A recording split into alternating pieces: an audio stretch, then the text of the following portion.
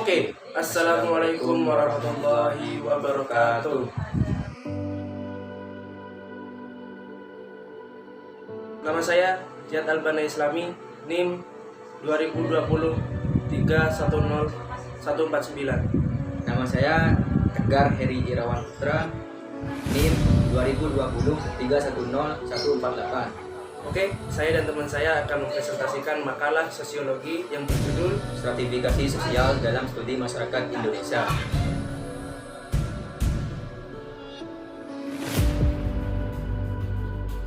Setiap komponen masyarakat senantiasa mempunyai penghargaan tertentu terhadap beberapa hal, baik itu ilmu pengetahuan, kekayaan material, dan kekuasaan dalam masyarakat yang bersangkutan. Dalam kebudayaan masyarakat pun, kita menjumpai berbagai pernyataan yang menyatakan persamaan manusia baik di bidang hukum maupun di bidang agama.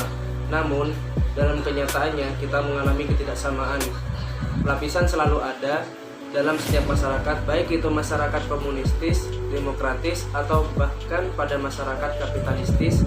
Demikian juga pada masyarakat yang sederhana sampai yang paling modern. Pelapisan sosial tetap ada pada masyarakat yang masih sederhana pun juga masih terdapat perbedaan. Stratifikasi sosial dalam masyarakat sebenarnya banyak sekali. Namun pada prinsipnya dapat diidentifikasikan menjadi 3 macam, yaitu stratifikasi berdasarkan ekonomis, holistis, dan jabatan tertentu dalam masyarakat. Inilah bentuk karakteristik stratifikasi masyarakat dalam kehidupan sosial, di mana dalam kehidupan sosial masyarakat masih terdapat pembagian dan pembedaan atas berbagai peranan dan fungsi berdasarkan perbedaan yang ada. Untuk itu, kami akan memaparkan terkait masalah stratifikasi sosial dalam kehidupan masyarakat.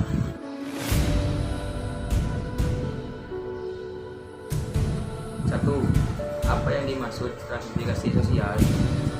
2. Apa dampak stratifikasi sosial? 3. Bagaimana sistem stratifikasi sosial? 4. Apa saja dimensi stratifikasi sosial? 5. Apa saja mobilitas sosial? 6. Pendekatan apa saja yang dilakukan dalam stratifikasi sosial? 7. Upaya apa saja yang dilakukan untuk mengurangi ketidaksamaan? 8. Teori apa saja dalam stratifikasi sosial?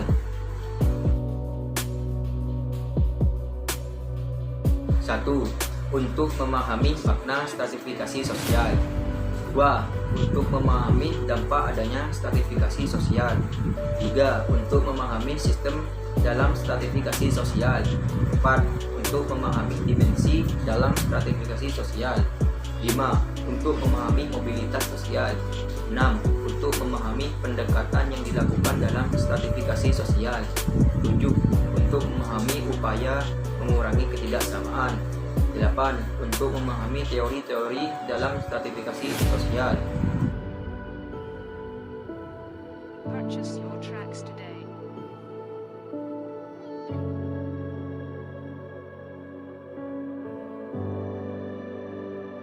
Stratification berasal dari kata stratum, yaitu bentuk jamak dari kata strata yang berarti lapisan. Pitirim Asorikin 1959 mendefinisikan stratifikasi sosial sebagai pembedaan penduduk atau masyarakat ke dalam kelas-kelas secara bertingkat. Perwujudan dari stratifikasi sosial adalah adanya kelas-kelas tinggi dan kelas yang lebih rendah di dalam masyarakat. Dasar dan inti lapisan-lapisan dalam masyarakat adalah tidak adanya keseimbangan dalam pembagian hak-hak dan kewajiban. Kewajiban dan tanggung jawab, nilai-nilai sosial, dan pengaruhnya di antara anggota-anggota masyarakat. Jadi, stratifikasi sosial merupakan perbedaan masyarakat atau penduduk berdasarkan kelas-kelas yang telah ditentukan secara bertingkat.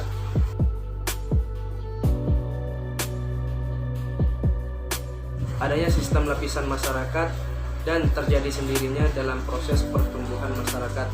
Namun, ada juga yang disusun untuk mengejar satu tujuan bersama, dengan kata lain, adanya perbedaan prestise, dalam masyarakat juga tercermin pada perbedaan gaya hidup seseorang. Perbedaan gaya hidup ini tidak hanya dijumpai pada hierarki prestise tetapi juga pada hierarki kekuasaan. Dapat saya jelaskan, dampak adanya stratifikasi sosial ini bisa jadi mengakibatkan hukum kekuatan, siapa yang kuat dialah yang menang. Kelas tergolong atas akan memegang peranan kelas bawah harus disamakan karena sesama makhluk Allah Subhanahu wa taala. Secara teori merupakan masyarakat sama, namun perbedaan tersebut merupakan gejala yang universal dalam masyarakat. Untuk itu walaupun terdapat stratifikasi sosial, masyarakat harus tetap memegang konsep keadilan sosial. Milton Ginger mencoba merumuskan 4 kriteria untuk membedakan sistem kelas, sistem kasta, dan sistem mayoritas. Meskipun ia menyadari bahwa kriteria yang dibuatnya tersebut merupakan tipe ideal, sistem stratifikasi sosial dalam masyarakat ada yang bersifat tertutup dan terbuka. 1. Stratifikasi sosial tertutup bercirikan sulitnya seseorang untuk berpindah dari satu lapisan ke lapisan lain. Contoh sistem stratifikasi sosial tertutup adalah pada masyarakat India yang berkasta. 2. Stratifikasi sosial terbuka. Setiap anggota masyarakat mempunyai kesempatan untuk berpindah ke lapisan yang lain atau yang lebih tinggi. Hal ini dapat dilakukan dengan usaha berdasar kecapakannya sendiri.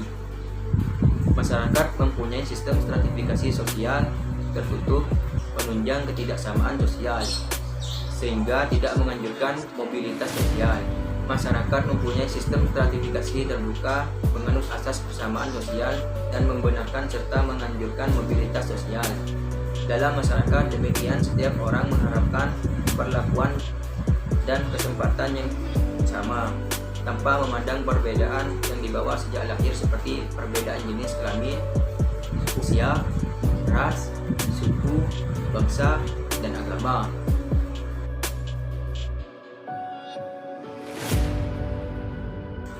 Pergolongan anggota masyarakat ke dalam lapisan masyarakat terdiri dari 1. Menurut ukuran kekayaan. Kekayaan merupakan dasar yang paling banyak digunakan dalam lapisan sosial masyarakat. Seorang yang mempunyai kekayaan banyak akan dimasukkan ke lapisan atas dan yang mempunyai kekayaan sedikit akan dimasukkan ke lapisan bawah. 2. Menurut ukuran kekuasaan.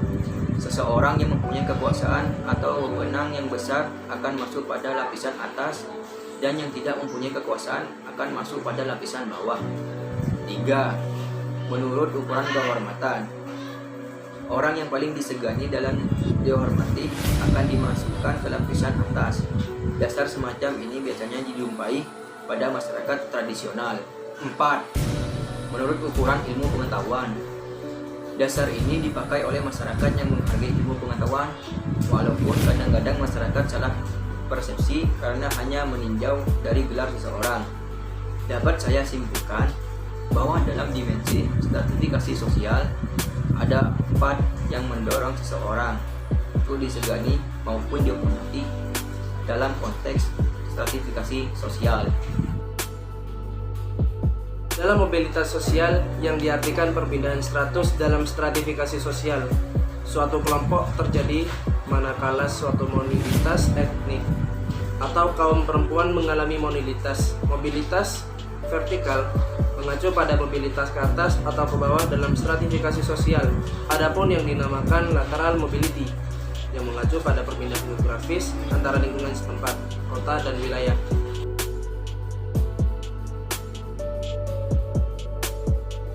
Dinamakan demikian karena menggunakan ukuran objektif berupa variabel yang mudah diukur statistik seperti pendidikan.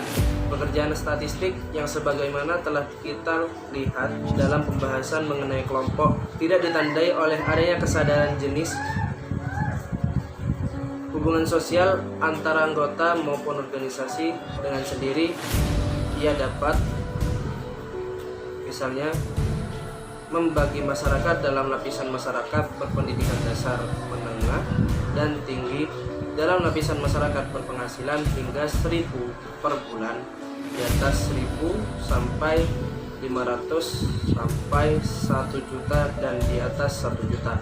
Dalam lapisan masyarakat yang bekerja sebagai tenaga manajer dan eksekutif, tenaga profesional, tenaga administrasi, dan tenaga kerja kasar.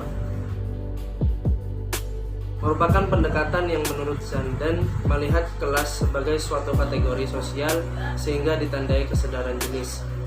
Stratifikasi menurut pendekatan subjektif ini disusun dengan meminta pada responden survei untuk menilai status sendiri dengan jalan ditempatkan dengan skala kelas, misalnya kelas atas, kelas menengah, kelas bawah. Data yang terkumpul memberikan gambaran subjektif mengenai stratifikasi dalam studi Hodge dan Treiman tahun 1968. Para subjek penelitian diminta menilai status orang lain dengan jalan menempatkan orang lain tersebut pada suatu skala tertentu. Menurut Zandan, di sini kelas dipandang suatu kelompok sosial yang ditandai oleh kesadaran kelompok dan interaksi antar anggota. Dengan cara ini, antara lain dapat disusun suatu skala prestis pekerjaan yang memperlihatkan peringkat prestis suatu pekerjaan tertentu dalam suatu komunitas. Skala yang disusun Treiman misalnya memperlihatkan bahwa peringkat tertinggi dalam suatu skala prestis pekerjaan di suatu kota ditempati oleh pekerjaan dokter dan guru besar universitas, sedangkan peringkat pertama, kedua, dan ketiga dari bawah masing-masing ditempati oleh penjaga gedung, karyawan, migran, dan orang-orang yang menguntungkan hidupnya pada tunjangan sosial pemerintah. Stratifikasi melalui pendekatan reputasi dengan mengamati siapa yang bergaul dengan siapa, berkencan dan menikah dengan siapa menjauhi siapa, dan sebagainya. Dalam stratifikasi sosial, untuk mengurangi ketidaksamaan dalam masyarakat pemerintah, berbagai negara menerapkan berbagai program. Dalam masyarakat kita pun terdapat berbagai usaha untuk membantu anggota masyarakat yang tidak mampu memenuhi keperluan pokok mereka. Kita mengenal antara lain berbagai program pemerintah seperti program Impres Desa Tertinggal atau IDT, program pembangunan perumahan rakyat murah bagi anggota masyarakat berpenghasilan rendah, program kredit mahasiswa, beasiswa, dan pembebasan SPP bagi siswa dan mahasiswa yang tidak mampu, pemberian subsidi kepada sekolah swasta, program orang tua asuh, penyediaan sarana kesehatan murah seperti puskesmas, posyandu, dan program obat generik, penyediaan kredit ringan bagi pengusaha ekonomi lemah, proyek penyediaan air minum dan listrik masyarakat desa, pemberian subsidi untuk menekan bahan bakar dan minyak, sistem pajak yang membebaskan anggota masyarakat berpenghasilan rendah dari beban pajak dan membebani anggota masyarakat berpenghasilan tinggi dengan beban pajak dan membebani anggota masyarakat berpenghasilan tinggi dengan beban pajak yang semakin berat atau pajak progresif dan sebagainya. Beberapa masyarakat bahkan berusaha mengurangi ketidaksamaan dalam masyarakat dengan jalan membatasi perbedaan antar individu. Usaha membatasi perbedaan antar individu sering dimulai sejak masa bayi karena disadari bahwa keluarga merupakan sumber utama ketidaksamaan sosial.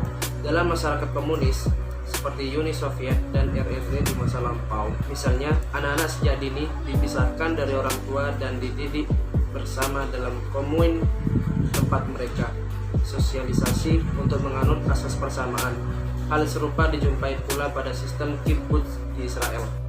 Purchase your tracks today. Ada beberapa teori yang bisa kita pahami dalam stratifikasi sosial. Dua diantaranya: satu, teori Marxian menekankan pada pemilikan kekayaan pribadi sebagai penentu stratifikasi. Dua, teori Weberian menekankan pentingnya stratifikasi tidak berlandaskan dalam hubungan pemilikan modal.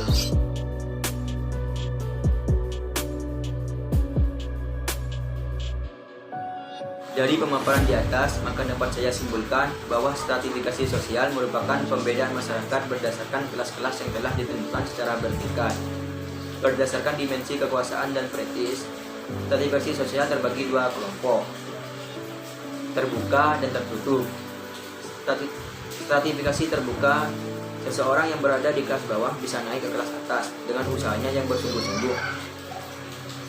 Sementara stratifikasi tertutup, seseorang yang sudah tergolong menjadi kelas tinggi, dia tidak akan menjadi kelas bawah dan sebaliknya.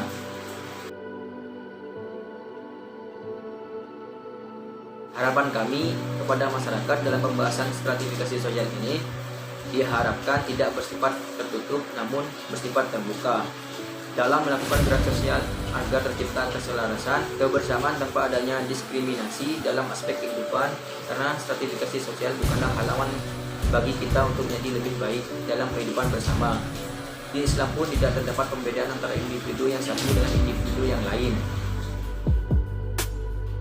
Oke, sekian dari kami. Kurang lebihnya mohon maaf. Wassalamualaikum warahmatullahi wabarakatuh.